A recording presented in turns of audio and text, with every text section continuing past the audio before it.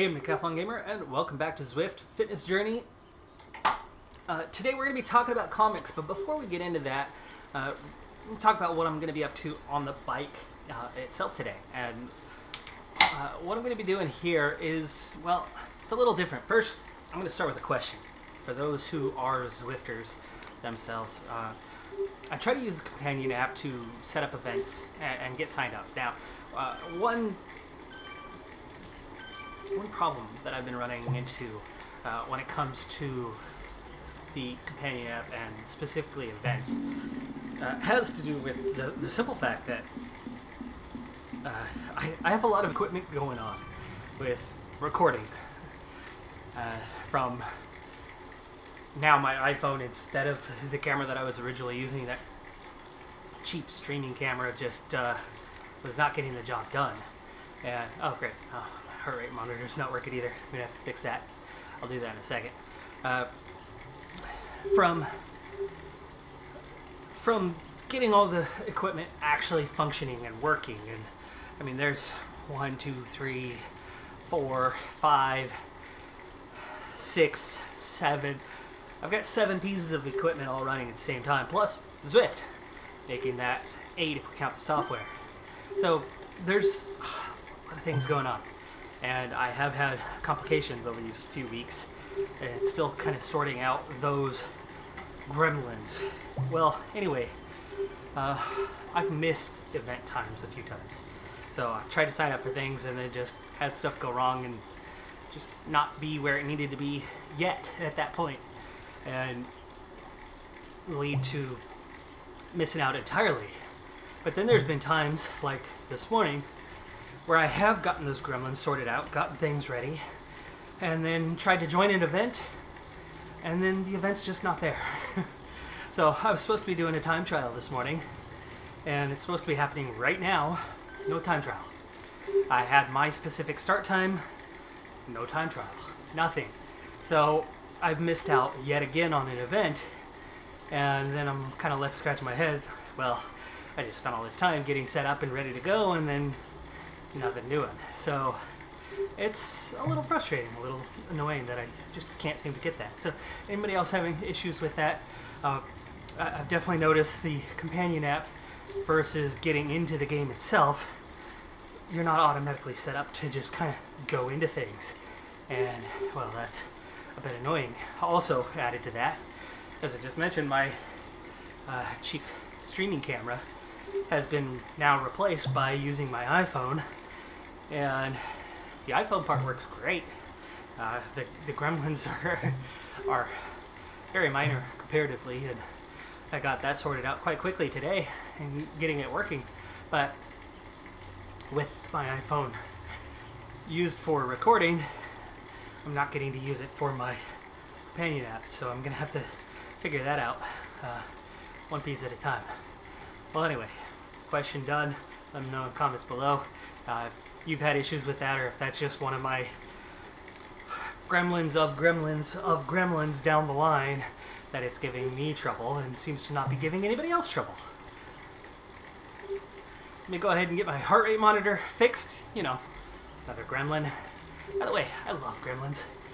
Not having gremlins in the system, that's less than desirable, but Gremlins, the film trilogy, first and second one especially, oh my goodness, loved them as a kid. Some of my favorite movies. Alright, let me fix that heart rate monitor and then we'll continue on. Alright, good to know that my heart is beating. Always a good sign. Literally always a good sign. It's a start. Alright, now, second piece of what I'm going to do today, other than a short ride here, meant primarily as a warm-up ride. So I've picked a very short circuit. And with that short circuit here around, oh gosh, what did I pick? Is it Greater London, I think? Yes, it is. Oh yeah. Yeah, no, it definitely is. I know where we are. Anyway, besides this short circuit that I'm on, that I might do a lap or two around, I have every intention of trying to get one more gremlin out of the system. Now that I took my bike into the shop and I got my derailleur sorted out, my front derailleur was an absolute nightmare, and no amount of tweaking was fixing it for me. In fact, almost every change I made kept making it worse and worse and worse. Went down to my bike shop and they had it sorted out in 10 minutes and working properly. So the bike itself is now functioning properly. The next thing is getting the connection between my bike and the Elite Sweeto sorted out, because I have a hunch, and I hope at least there's even a small amount of truth to it. If not, I just really suck at this so far, and that's okay if it is what it is. I'm here to get fit, not to be the best rider ever or anything like that. So if I'm not fast, I'm not fast. It's okay. I've always been quick though, but I'm a sprinter, not an endurance guy, so this sort of thing does come with its issues. Hey, ask you, I've ridden with them before. But anyway, lost my train of thought. Oh, right, so my bike, along with the Sweeto, aren't exactly in cahoots with each other. They aren't functioning quite as they should be. Part of that is the Sweeto comes with an 11-speed cassette on it, and my bike is a 21-speed. It's a 3x7, so the rear has a 7-speed cassette on it. I swapped out the 11 for a 7, and I'm good there, and that's all set up. But the Sweeto is calibrated to the 11, not to the 7. And the first few times that I was on Zwift, I was still having all sorts of issues with the bike itself, but I was also having other gremlins with the link between the Sweeto and Zwift, and it's never been properly calibrated. So today, my goal is to do a shorter ride and then get that calibration hopefully sorted out today, because it very well could have something to do with why a couple days ago for my FTP test I suffered like crazy and was putting out nothing in watts, and there's a chance that that had to do with calibration being part of it anyway. I know I'm not great, and I've got a long ways to go to be a good, strong rider, but my numbers being as bad as they are very well could be partly down to that simple fact that it's never been properly calibrated, because calibrations have failed when I previously attempted. But now that I got a lot of other things sorted out, I'm going to try that again. Alright, well anyway, today's discussion, comic books, and a little bit about the cinematic universes that go with that historically, and my story along the way. So we're going to go back to my days as a kid, and we'll start quickly with the story that I didn't know first thing about Marvel until the early 90s, which was still as a kid, before teenage years, but as a little one, as a toddler, as a preschooler, my fascination was with Superman. That was the era of the 80s Superman cheesy movies, Supergirl as well, during that era, and they were so cheesy, but as a kid, I ate it up and I loved it. As about a 2-year-old, I had a Superman costume, Superman pajamas with cape, and I had more than one. Reason being, I refused to wear anything else, and my parents bent to the will of a toddler, apparently. Lots of parents do that these days too, I guess. But I wore that thing every day, and they just rotate between the two of them, wash one or when I wear the other.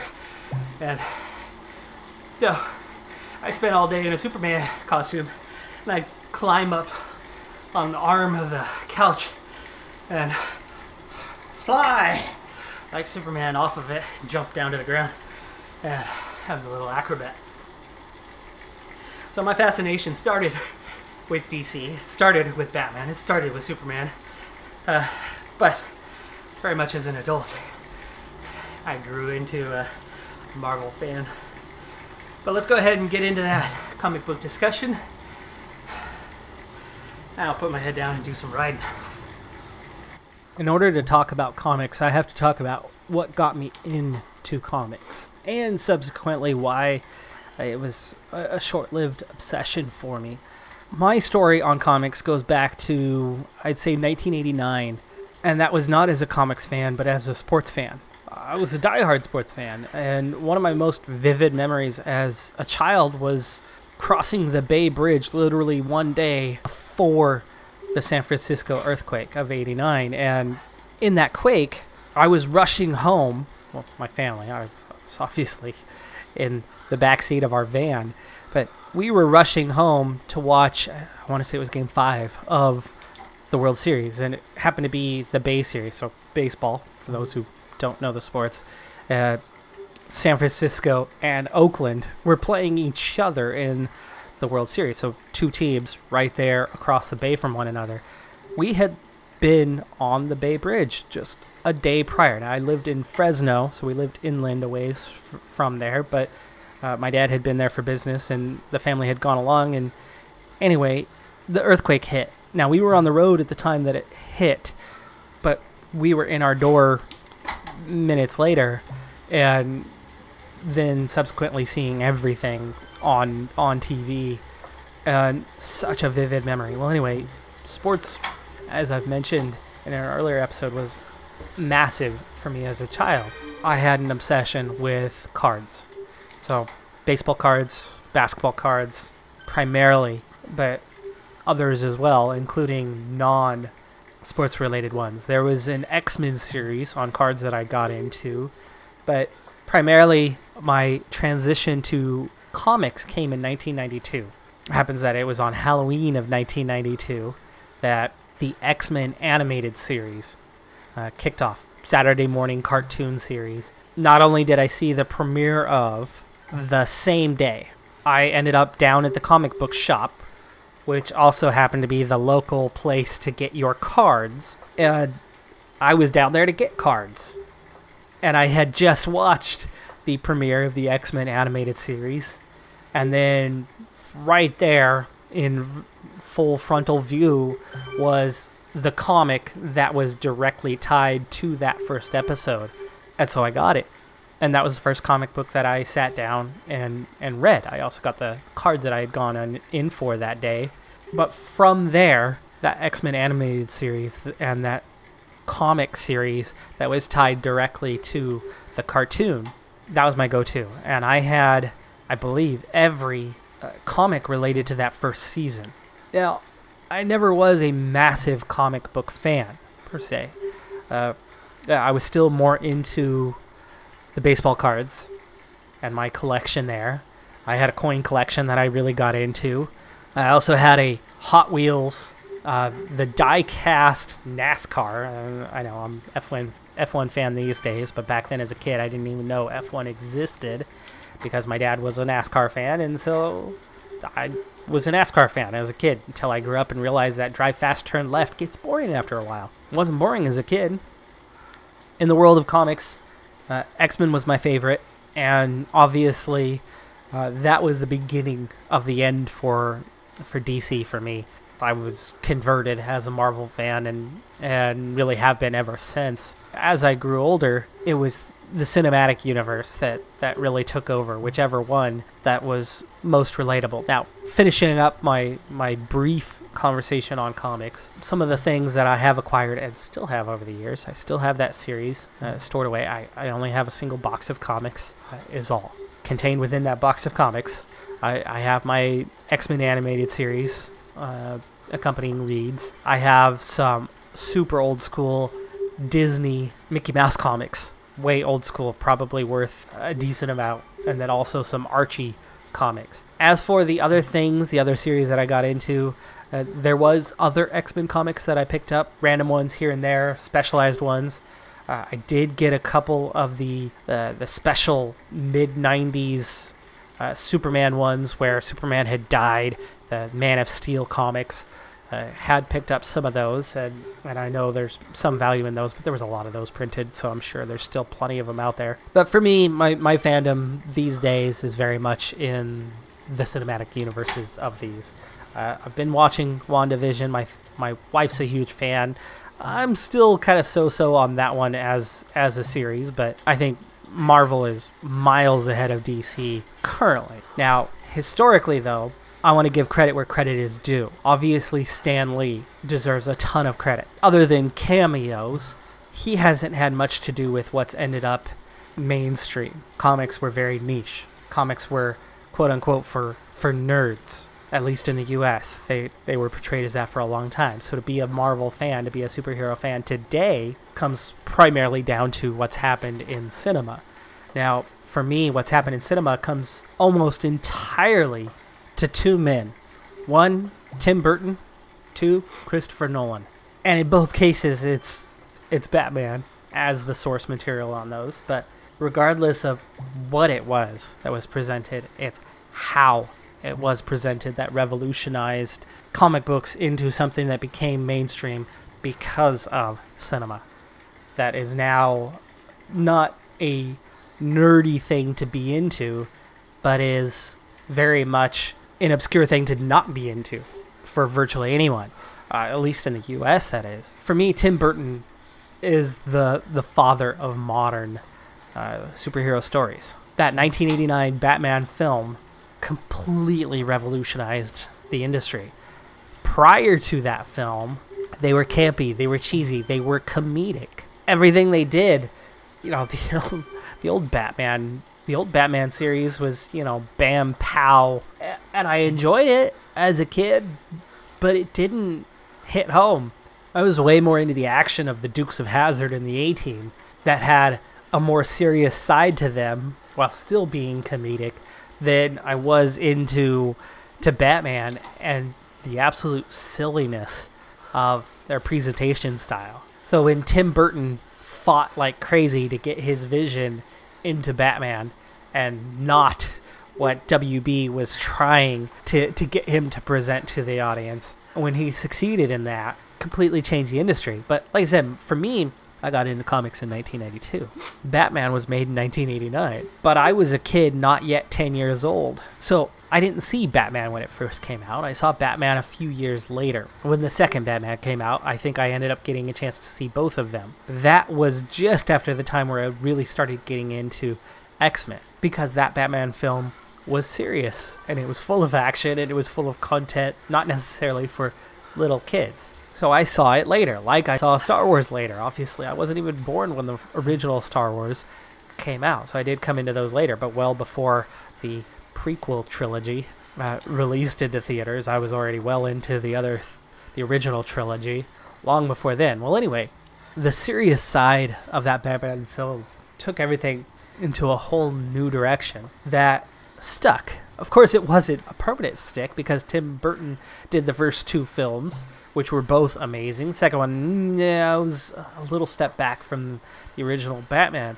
And subsequently, of course, led to the disaster that was the third film. Tim Burton getting forced into that mess of a comedic joke that was the third Batman film, which is why he quit. And why that goes down as one of the worst movies ever made. George Clooney, Batman, is horrendous. And, of course, that serious side kind of came and went, because then you still had a semi-serious presentation of cartoons and movies, but it was still cartoons. It was still directed at kids and not at adults. And the experiment that was Tim Burton's vision of Batman was still somewhere in between. It still wasn't the full-scale seriousness that we see in the genre today. And things kind of petered out for a good decade and a half, and that is until the second man came along and drastically changed how we look at the genre today. And of course, that is Batman Begins, 2005, Christopher Nolan lifted the genre to new heights with his Batman trilogy in a serious sort of way that was never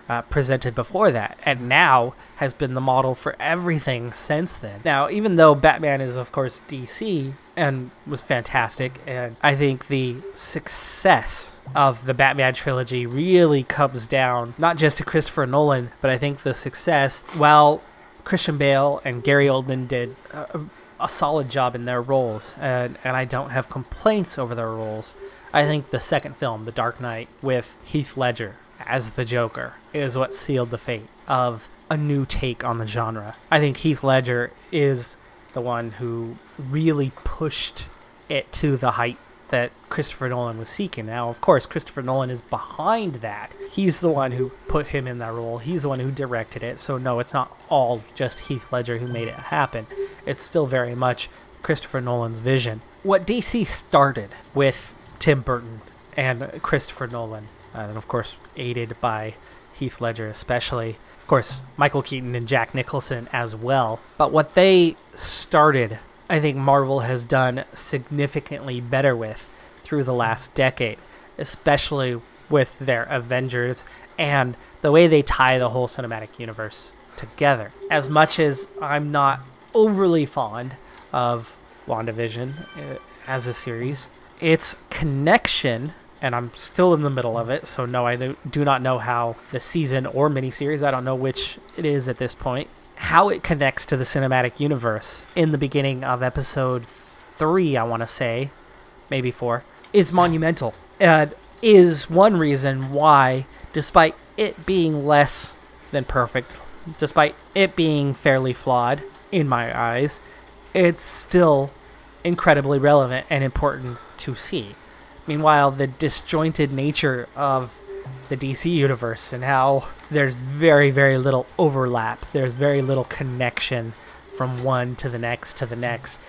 I think the only place that they've really gotten things right in recent years has been with Wonder Woman. And even then, it's still got its own flaws as well. So, big fan of where Marvel has gone with things. Somehow, despite the fact that new heights in the genre have been taken by making it serious, Thor, especially Ragnarok, has found how to bring back the comedy and still have the seriousness and combine the two in an absolutely flawless sort of way. And I'm a huge fan of that. Now, of course, I've stepped away from the comic books themselves. I do read books, but not comics. I did get into graphic novels for a while, and there are a few that have touched at the heartstrings over the years. It's a good place. Now, like I said, for me, it was something that came and went as a thing, but I'll take it. It was certainly worth it, and I'm glad that it was something that I got into. Do let me know in the comments below if comics were something that you really got into and where you're at in the Marvel versus DC sort of thing. Is it something you're serious about? I know that there are certain major cultural ties in the U.S. that make Star Wars massively important for us. Star Trek similarly so.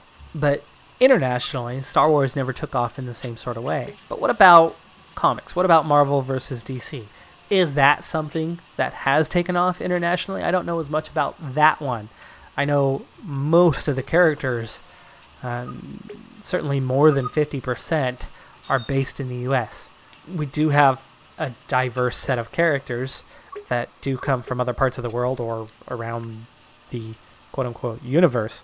So there are options for everyone, but that doesn't mean it's necessarily done as well in parts of Europe or other parts of the world. So let me know in the comments what you think about comic books and if it's something you ever got into. As I go to wrap this up, as for the calibration, it's still not working on Zwift. I did show part of that here. I did eventually get back onto my Elite Sweeto calibration, which I ran once long before I got the bike really sorted out properly. And while it took me 5 tries, it did calibrate finally after the 5th try. The Zwift calibration not working, but at least the Elite Sweeto itself calibration is working. And according to the research I did, that should be sufficient. We'll see if it makes a difference when I get on the bike next time. That's going to do it for this one, though. I'm Decathlon Gamer. Thanks for tuning in. Be sure to hit that like button. I'll see you next time. Have a good one. Be safe out there, and bye for now.